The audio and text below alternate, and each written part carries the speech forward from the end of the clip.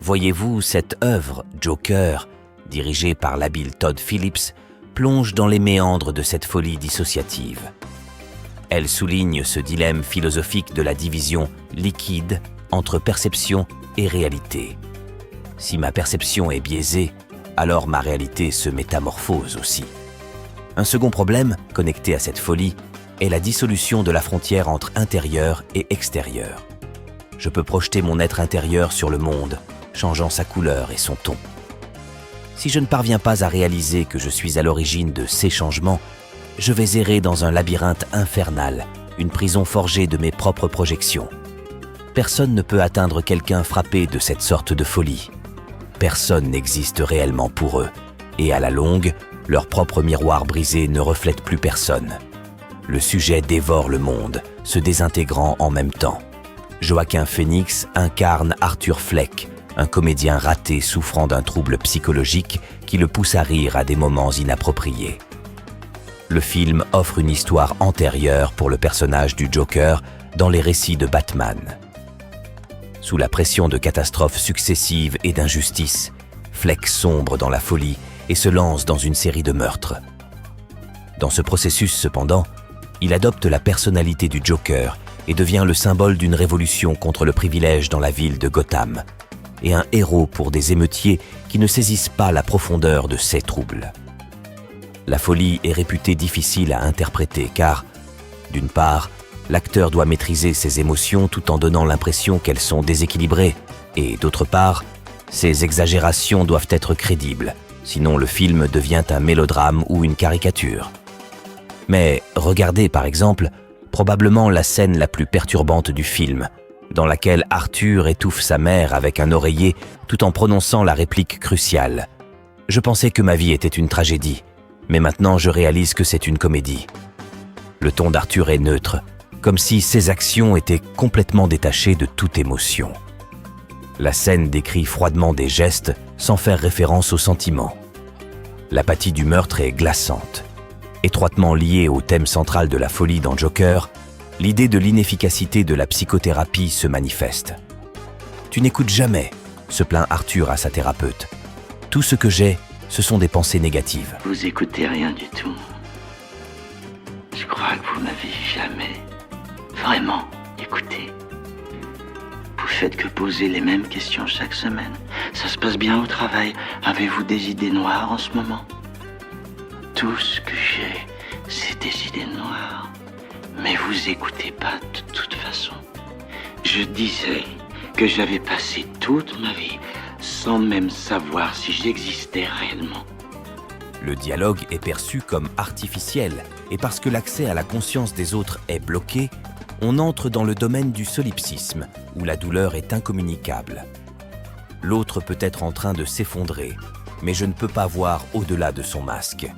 Ainsi, Joker est également une méditation sur l'insécurité ontologique, comme l'a dit R.D. Laing, et sur une sorte de paranoïa existentielle. Si je manque d'empathie, l'autre peut me sembler comme un robot, un programme informatique ou un fantôme. Je peux même douter de l'existence de l'autre. Je peux même en venir à douter de ma propre existence. L'autre ne me voit jamais, donc je n'arrive pas à me voir, donc j'échoue à exister. L'invisibilité est un problème sociopolitique. Beaucoup peuvent ressentir qu'ils n'ont pas leur place, qu'ils sont sans valeur, que leur vie ne signifie rien, que leur existence n'a pas de sens, comme Arthur l'écrit dans son journal. Cela nous amène à l'idée de la damnation des pauvres. Une société pour laquelle l'argent est roi finit toujours par établir un équivalent entre l'échec et la mort.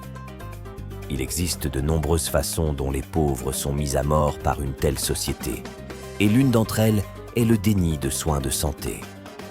L'accès d'Arthur à la thérapie et aux médicaments est entravé en raison de coupes dans l'aide sociale, précipitant ainsi son comportement insensé. Je pense au principe hindou de Tattvam Asi, tu es cela, qui affirme que nous devrions essayer de reconnaître la même essence chez l'autre, car nous sommes fondamentalement l'autre. Ne pas nous reconnaître en l'autre signifie que l'homme est un loup pour l'homme, que l'exploitation ne se termine jamais, que, le pied piétinant un visage humain, reste à jamais le symbole de notre guerre civile sans fin. Ce manque d'empathie est un autre motif tout au long du film, et il conduit à une destruction massive. Deuxièmement, je pense à l'idée chrétienne selon laquelle les plus grands sont ceux qui servent. Eux, et non les forts, étant présentés comme ayant la première place dans l'estime de Dieu. Oh, why is everybody so upset about these guys? If it was me dying on the sidewalk, you'd walk right over me. I pass you every day and you don't notice me. But these guys, what, because Thomas Wayne cried about them on TV? Donc, le mépris envers les humbles dans le film n'est pas simplement un symptôme d'indifférence fasciste, mais d'arrogance satanique. Comme dans la scène du Joker où les riches sont vus se divertir en regardant le film Les temps modernes de Chaplin, un film sur les difficultés de la vie pendant la Grande Dépression, cela révèle le sentiment sadique de supériorité de la classe dirigeante qui observe le drame des défavorisés depuis les hauteurs de leur mépris. Lorsque les sociétés les plus avancées traitent leurs membres les plus défavorisés comme des rats, on pourrait dire que le pessimisme devient une interprétation valable de la vie et que l'optimisme est pervers, comme l'a soutenu Arthur Schopenhauer. Dans le film, beaucoup réagissent au Joker comme les gens réagissent à Schopenhauer ou au philosophe nihiliste Émile Cioran. Ils en ont tellement assez d'être mentis qu'accepter même une vérité inconfortable ou toxique est préférable que de croire aux Nobody mensonges. thinks what it's like to be the other guy. You think men like Thomas Wayne ever think what it's like to be someone like me? To be somebody but themselves? They don't. They think that we'll just sit there and take it like good little boys. That we won't werewolf and go wild. You finished?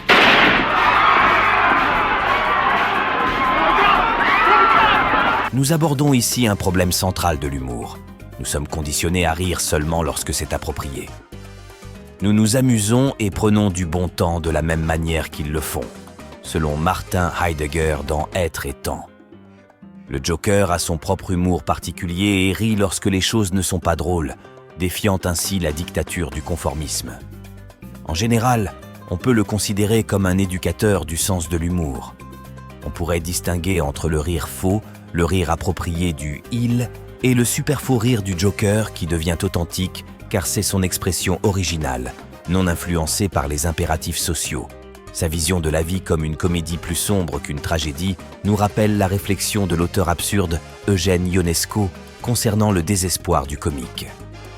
La vision du Joker de la vie comme une comédie est également liée à sa maladie mentale, soulevant ainsi la question posée par Umberto Eco dans Le nom de la rose. Le rire est-il démoniaque ou divin? Les gens sont plus tristes qu'ils ne le déclarent, plus tristes même qu'ils ne le pensent. « Je n'ai jamais été heureux », déclare ironiquement Fleck. Finalement, l'une des idées centrales de Joker rappelle Fight Club ou Mr. Robot. Un personnage schizoïde allume la flamme de l'insurrection. Une question que l'on pourrait poser ici est « Dois-je me battre contre moi-même ou contre le monde ?» En d'autres termes, devrais-je chercher à me maîtriser, comme le recommandaient les stoïciens, ou devrais-je essayer de conquérir le monde? Et la perte de moi-même est-elle acceptable si je gagne le monde en retour? Quand il devient le Joker, Arthur devient la pire version de lui-même. Mais il gagne le monde, ou du moins l'acceptation d'une partie de celui-ci, devenant ainsi le symbole de la révolution. Si je lutte contre le mal, je ne peux pas être bon, car alors je perdrai sûrement. Malheureusement, je dois devenir plus maléfique que le mal. Pour paraphraser Nietzsche, on pourrait dire que celui qui lutte contre des monstres finira sûrement par devenir un monstre. Et aujourd'hui, les gens commencent tout juste à s'en rendre compte. On nous coupe les crédits. Nous fermons nos locaux dès la semaine prochaine. La ville coupe les crédits tous azimuts, les services sociaux y compris. C'est la dernière fois que nous nous voyons. Ok. Ils n'en ont rien à foutre des gens comme vous, Arthur. D'ailleurs, ils n'en ont rien à foutre des gens comme moi non plus. Merde.